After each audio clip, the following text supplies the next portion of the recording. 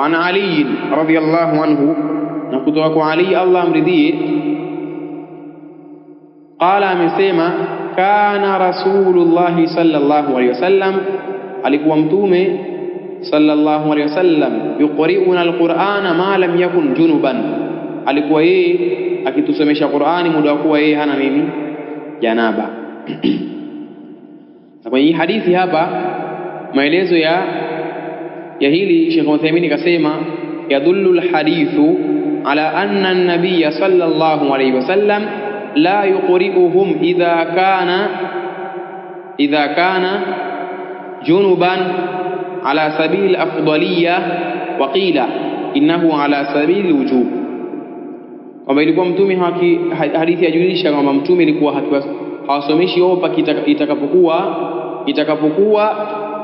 itakapokuwa yeye ana nini na janaba, alikuwa hawasomeshi Qur'ani.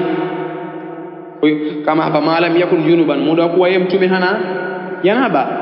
Kwa hiyo hivyo wapo waliosema katika wanachuoni kwamba hii ni ala sabili afdaliyya, na wapo waliosema kwamba innahu ala sabili wujub, sababu ni wajibu. Kwa maana kule kumsomesha mtu Qur'ani hali ya kuwa upo nini, kuna hali ya kutokuwa na janaba, upo tahara kutokana na hadathi kubwa na ndogo. Wapo waliona hivyo. Rawahu al-khamsa. Man humul khamsa? Rawahu al-khamsa. Man humul khamsa?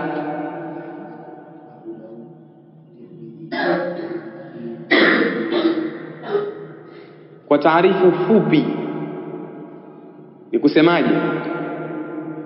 Naam, taarifu fupi, man ada al-Bukhari wa Musliman, kitoa wale wawili waliobakia ndio unakuwa al-khamsa, na hawa wengine hawa waliokuja hawa kikamilika ambao ni al-Bukhari na Muslim inakuwa ni as-sab'a. Wa hadha lafdhu at-Tirmidhi wa hasanahu wa sahahahu Ibn Hibban. Tamko hili la al-Imam at-Tirmidhi na amelihasanisha yeye na akalisahihisha al-Imam Ibn Hibban.